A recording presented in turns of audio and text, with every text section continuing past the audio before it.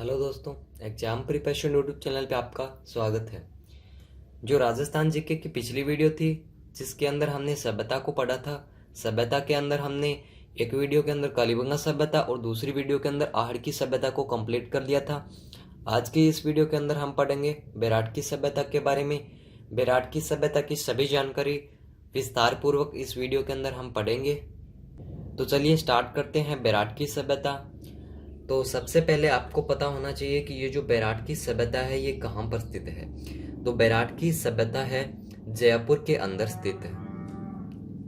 बेराट की सभ्यता जयपुर में स्थित है।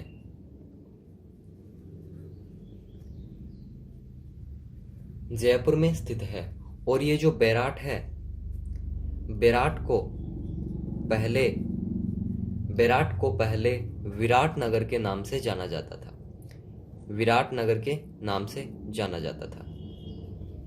किसको जाना जाता था? बेराट को। बेराट को विराट नगर के नाम से जाना जाता था। और ये जो सभ्यता है, बेराट की सभ्यता है, ये अर्जुन बाणगंगा नदी के किनारे है। अर्जुन बाणगंगा जो नदी है उसके किनारे पे बेराट की सभ्यता बची हुई है। अर्जुन बाणगंगा नदी के किनारे। और ये जो विराट नगर है यह मत्स्य जनपद की राजधानी रहा है। मत्स्य जनपद की राजधानी रहा है। जो मत्स्य जनपद है इसके अंदर कौन कौन से जिले आते हैं? तो इसके अंदर एक तो आता था भरतपुर, और इसके अंदर आता था एक अलवर, और आता था एक जयपुर। यानी कि विराटनगर भरतपुर, अलवर और जयपुर की राजधानी भी रहा है। इन तीनों को क्या कहते हैं? मत्स्य जनपद कहते हैं। अब हम बात करते हैं बेराट की सभ्यता के खोजकर्ताओं के बारे में कि किस किस व्यक्ति ने इसकी खोज की है। तो इसके जो सबसे पहले खोजकर्ता है वो दयाराम साहनी है। इन्होंने 1936-37 के अंदर इसकी खोज की थी। किसने की थी? दयाराम साहनी ने। तो बेराट की सभ्यता की खोज करने वाले सबसे पहले व्यक्ति यही है। इसके बाद में इसके दो और खोजकर्ता है जिन्होंने 1962-63 के अंदर खोज की थी। वो थे, एक था कैलाश नाथ दीक्षित, और इनके साथ थे एक नीलरतन बनर्जी। कैलाशनाथ दीक्षित और नीलरतन बनर्जी ने 1962 और 63 के अंदर इसकी खोज की थी। अब हम इस बात करते हैं इसके खनन कार्य की कि किस किस जगह इसका खनन कार्य हुआ है। तो इसका जो खनन कार्य वो 3 जगह हुआ है। तो सबसे पहला स्थान है वो है बिजक की पहाड़ी। तो बिजक की पहाड़ी में जो बेराट की सभ्यता है उसके अवशेष मिले हैं। तो सबसे पहला स्थान है बिजक की पहाड़ी, यहाँ पे बेराट की सभ्यता की खोज हुई थी। फिर अगला वाला स्थान है भीम जी की डूंगरी, यहाँ पे भी इसकी खोज हुई है बेराट की सभ्यता की। और इसके बाद में तीसरा स्थान आता है हमारा महादेव जी की डूंगरी। डूंगरी किसे कहते हैं? डूंगरी कहते हैं गुफा को। यानी कि भीम जी की गुफा, महादेव जी की गुफा। इसके बाद में हम पढ़ते हैं इसकी विशेषताएं। तो बेराट की सभ्यता की सबसे पहली विशेषता यह है कि यह जो सभ्यता है यह मध्य पाषाण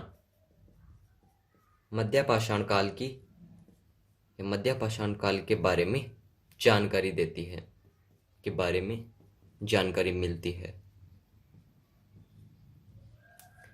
तो इस सभ्यता से मध्य पाषाण काल के बारे में जानकारी मिलती है। और यहाँ के जो लोग थे इनको लोहे का ज्ञान था। लोगों को लोहे का ज्ञान था। और लोहे में किन किन चीज़ों का ज्ञान था? तो ये लोहे से बनाते थे, एक तो भाले बनाते थे लोहे से, और तीर बनाते थे, लोहे की तीर, तार बनाते थे और कुदाल बनाते थे। लोहे से ये भाले, तीर, तार, कुदाल ये बनाते थे। तो इनको लोहे का ज्ञान था। इसके बाद में ये लोग कला के अंदर निपुण थे। लोगों को कला का ज्ञान था, कला में निपुण थे। इनको किस कला के बारे में ज्ञान था? इनको कला के अंदर ये एक तो मृद भांड बनाते थे। मृद भांड यानी कि मिट्टी के बर्तन। इनको मिट्टी के बर्तनों का निर्माण करना आता था।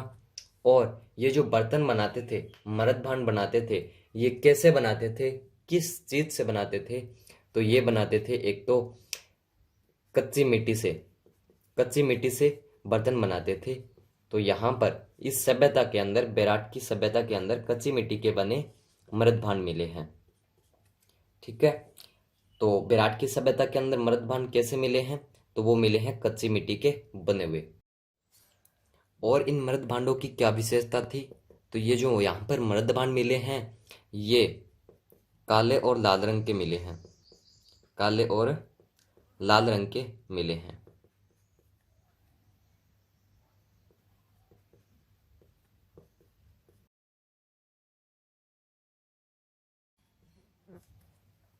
काले और लाल रंग के मृद भांड मिले हैं, लेकिन इन मृद भांडों पे, इन बर्तनों पर चित्रकारी नहीं होती थी।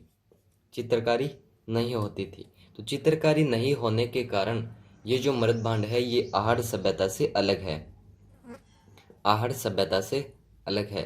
जो आहड़ सभ्यता के अंदर मृद भांड मिले थे, उन मृद भांडों से इस सभ्यता के मृद भांड अलग है। और महत्वपूर्ण पॉइंट है कि काले और लाल रंग के जो मृद भांड है, मृद भांड वो सबसे पहले आहड़ सभ्यता के अंदर मिले थे। आहड़ सभ्यता के अंदर मिले थे। तो ये इंपॉर्टेंट क्वेश्चन है कि काले और लाल रंग के मृद भांड सबसे पहले किस सभ्यता के अंदर मिले हैं? तो वो है आहड़ सभ्यता के अंदर। और इन मृद भांडों की क्या विशेषता है? और इसकी तीसरी विशेषता है कि यहाँ पर जो मृद भांड मिले हैं, इस पर स्लेटी रंग की पॉलिश होती थी। स्लेटी पॉलिशदार, स्लेटी पॉलिशदार मृद भांड मिले हैं यहाँ पर। और स्लेटी पॉलिशदार जो मृद भांड मिले हैं, ये इन पर किस प्रकार की पॉलिश होती थी? तो यहाँ पर इन पर डिजाइन होते थे। इन पर डिजाइन होते थे। और डिजाइन किस किस चीज के होते थे? तो डिजाइनों के अंदर एक तो था आयत होता था, और एक त्रिभुज होता था, और एक सीधी रेखा ऐसे ऐसे बनाई होती थी। और इसके अंदर मृद भांडों पे स्वास्तिक चिन्ह भी मिला है। स्वास्तिक चिन्ह, स्वास्तिक चिन्ह आप जानते होंगे। इस प्रकार जो बनता है, इसको स्वास्तिक चिन्ह बोला जाता है। तो इन मृद भांडों के ऊपर इस प्रकार के डिजाइन मिले हैं कि यहाँ पर इन मृद भांडों पे एक तो आयत था, त्रिभुज था, और रेखा होती थी इस प्रकार, और एक स्वास्तिक चिन्ह भी होता था। तो इस प्रकार के जो डिजाइनदार जो मृद भांड है, वो मिले हैं यहाँ पर। और इसकी अगली विशेषता क्या है? इसकी अगली विशेषता है कि यहाँ पे जो मृद भांड मिले हैं, वो काली पॉलिशदार मृद भांड मिले हैं। काली पॉलिशदार है, काली पॉलिशदार मृद भांड मिले हैं। और ये जो काली पॉलिशदार मृद भांड मिले हैं, ये मौर्यकालीन सभ्यता से मिले हैं। ये मौर्यकालीन सभ्यता से मिलते थे। ये मौर्यकालीन सभ्यता के अंदर मिलते थे। तो और ये बेरहाट की सभ्यता के अंदर भी मिल गए।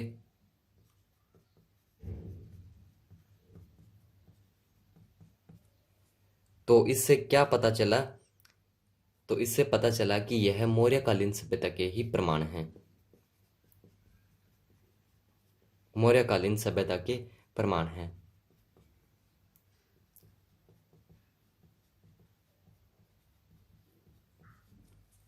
यानी कि कहने की बात यह है कि जो जिस प्रकार जो काली पॉलिशदार मृद भांड मौर्यकालीन सभ्यता के अंदर मिलते थे, सेम उसी प्रकार काली पोलिसदार मृतभांड बेराट की सभ्यता के अंदर मिले हैं। तो इससे ये पता चलता है कि ये जो सभ्यता है बेराट की सभ्यता, ये मौर्यकालीन सभ्यता के ही प्रमाण हैं। और एक इम्पोर्टेंट कहानी है इसके बारे में छोटी सी, वो मैं आपको बता देता हूँ कि मैंने आपको बताया था कि यहाँ पे 3 जगहों पे खनन कार्य हुआ था। एक तो था बिजक की पहाड़ी, भीम जी की डूंगरी और महादेव जी की डूंगरी। तो जो बिजक की पहाड़ी वाला क्षेत्र था, जो बिजक की पहाड़ी वाला क्षेत्र था, तो उस क्षेत्र के अंदर सम्राट अशोक, जो सम्राट अशोक थे, उनका भाब्रू नामक शिलालेख मिला है।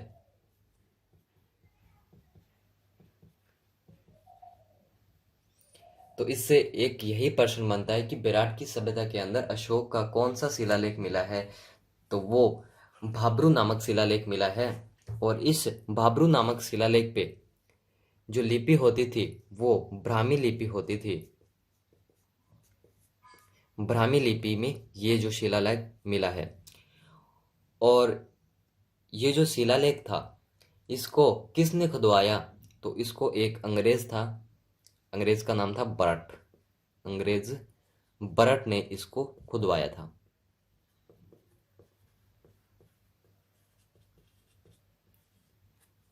तो बिजक की पहाड़ी वाले क्षेत्र के अंदर अशोक का भाब्रू नामक शिलालेख मिला है और जिसपे ब्राह्मी नामक लिपि थी, ब्राह्मी लिपि थी। और इसको एक अंग्रेज बरट ने खुदवाया था। तो इस सब बात से, इन सब बातों से क्या सिद्ध होता है? तो इनसे सिद्ध होता है कि यहाँ पर अशोक का शासन था। और इससे यह जानकारी मिलती है अशोक के बौद्ध प्रेम का, यानी अशोक के जो बौद्ध धर्म के प्रति जो अशोक का प्रेम था उसके बारे में जानकारी मिलती है।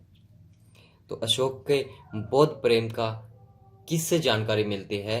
तो जानकारी मिलती है यहाँ के बौद्ध स्तूपों से। यहाँ पर बौद्ध स्तूप मिले हैं। यहाँ पर जो बौद्ध स्तूप थे और इसके साथ एक मिले हैं बौद्ध मठ। बौद्ध मठ। तो बौद्ध स्तूप से और बौद्ध मठ से यह जानकारी मिली है अशोक के बौद्ध प्रेम के बारे में। तो बुद्ध स्तूप से और बौद्ध मठ से अशोक के बौद्ध धर्म के प्रति जो प्रेम था उसके बारे में जानकारी मिली है। और जो चीनी यात्री ह्वेनसांग था, चीनी यात्री ह्वेनसांग, इसने 8 स्तूप के बारे में बताया है। 8 स्तूपों के बारे में बताया है। ये जो स्तूप मिले हैं, इनमें से 8 स्तूपों के बारे में चीनी यात्री ह्वेनसांग ने बताया है। और इन स्तूपों की क्या विशेषता थी, किस प्रकार के थे? तो यहाँ पर जो कुछ स्तूप मिले हैं इनके छत्र टूटे हुए थे, छत्र टूटे हुए मिले हुए पाए गए हैं। तो छत्र टूटे हुए मिले हैं, तो इससे क्या अंदाजा लगाया गया? तो इससे अंदाजा लगाया गया कि यहाँ पर हुणों का आक्रमण हुआ होगा। हुणों का आक्रमण होने का पता चलता है। जो हुणों का आक्रमण हुआ था वो यहीं पर हुआ था। और यहाँ पर चबूतरे मिले हैं जो कि बैठक का संकेत देते हैं। चबूतरे भी मिले हैं, यहाँ पर चबूतरे मिले हैं जो बैठक का संकेत देते हैं। किसका संकेत देते हैं? बैठक का संकेत देते हैं। और यहाँ पर जो स्तूपों के छत्र टूटे हुए मिले थे, कितने छत्र टूटे हुए मिले हैं? लगभग 1600 स्तूपों के 1600 स्तूपों के छत्र टूटे हुए मिले थे। और यहाँ पर जो हुणों का आक्रमण हुआ था, तो हुणों का आक्रमण हुआ था, तो हुण का राजा कौन था? हुणों का राजा कौन था? तो हुणों का राजा था, उस राजा का नाम था मिहिरकुल। मिहिरकुल नाम का एक राजा था। किसका? हुणों का। और मिहिरकुल राजा, ये नाम किसने बताया? तो ये जो बात है सब कुछ हुणों की, ये बात बताई है जो चीनी यात्री ह्वेनसांग था उन्होंने, चीनी यात्री हवेन सांग ने उन राजा मिहिर कुल का बारे में बताया था। और यहाँ पे क्या जानकारी मिली है, तो यहाँ पर एक है कि यहाँ पर एक सोने की मंजूषा मिली है। सोने की मंजूषा या फिर एक डिब्बा है। यहाँ पर एक सोने की मंजूषा या फिर डिब्बा है और इस डिब्बे के अंदर, इस डिब्बे में अस्थियां मिली है। अस्थियां मिली है और ये जो अस्थियां मिली है ये किसकी मिली है, तो ये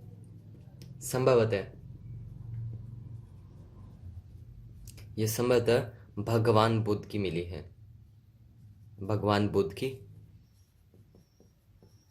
भगवान बुद्ध की अस्थियां थी।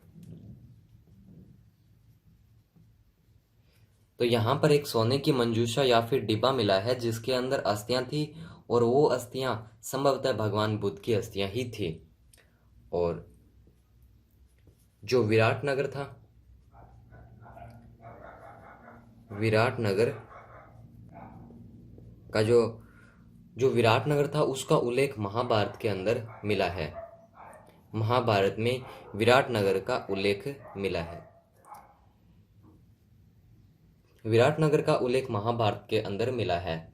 तो ऐसा माना जाता है कि पांडवों ने विराटनगर के राजा